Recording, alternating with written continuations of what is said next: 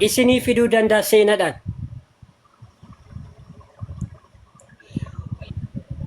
Nuti ummata waa jedhanii miti, ummata seenallee qabu, ummata seerallee beekuu jechuudha.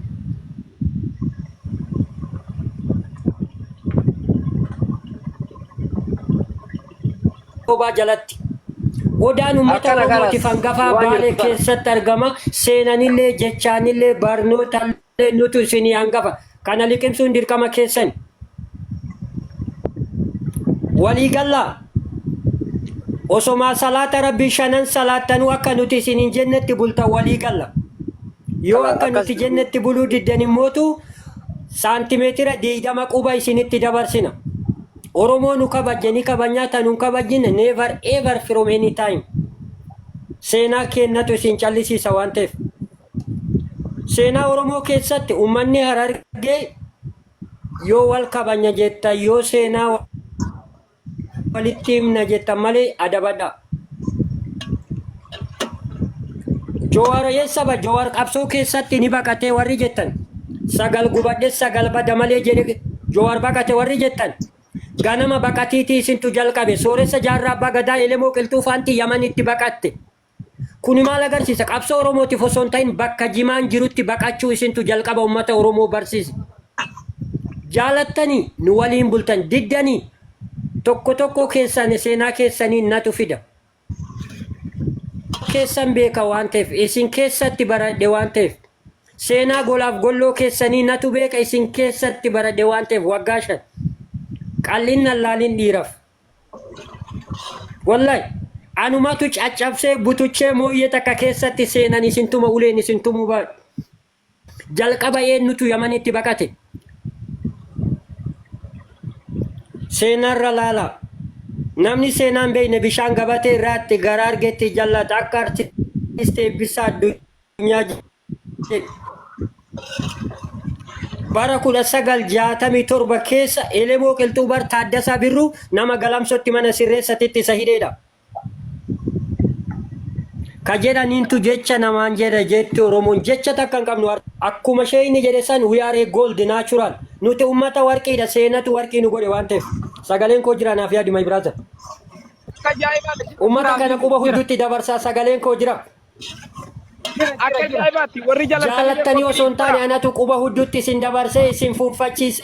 Ani arsiidha jedhee qomadha jedhee salfi konfidansiidhaan mucaa warra arsee jedhee natu isin liqimsiisa Oromoo kutaa 5.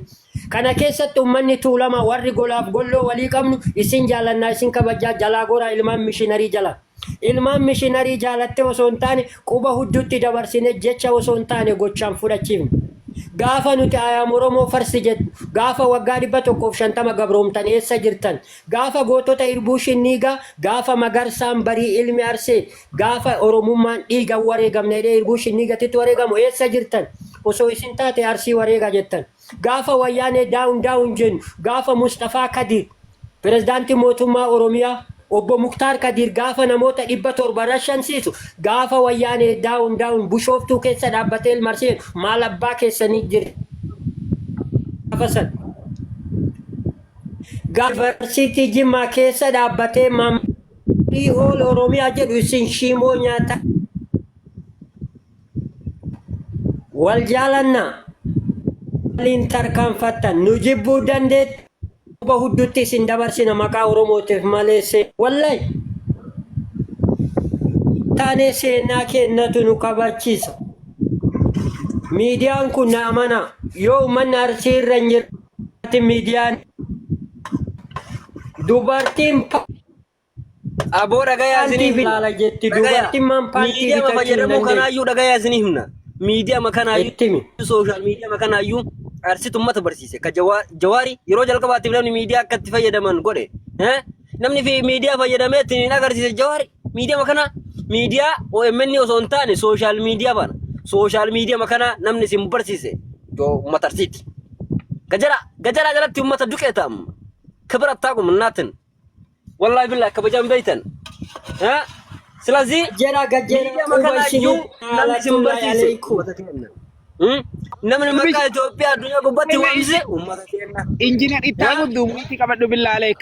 Injinar Ittaamuddu beeka uummata garaa kaayaara qoomee dabboo seenaa ajaa'iba tolbaara obsi muitti qabadhati. Injinar itti deebi. Laal dhageeffa alaabaa harargeetu boce gaafa alaabaa harargeetu boce jette gaafa alaabaa harargeetu boce tan ilmaanni alaabaan arsii keessa arbaa guuguun eeddaartuu jedhamtu keessatti mirfamte seenaa laala. Balbala keessanitti wareegatu dhufaaf alaabaan adda bilisummaa Oromoo jaallattanii. Finna waan ta'eef. Dhugaa lafa jirtu liqimsa. Gaafa isin gaafa shawaa irraa Oromummaan qabatamee muqamee Oromummaa qabatan gaafa walloon Oromummaa gad jettee waggaa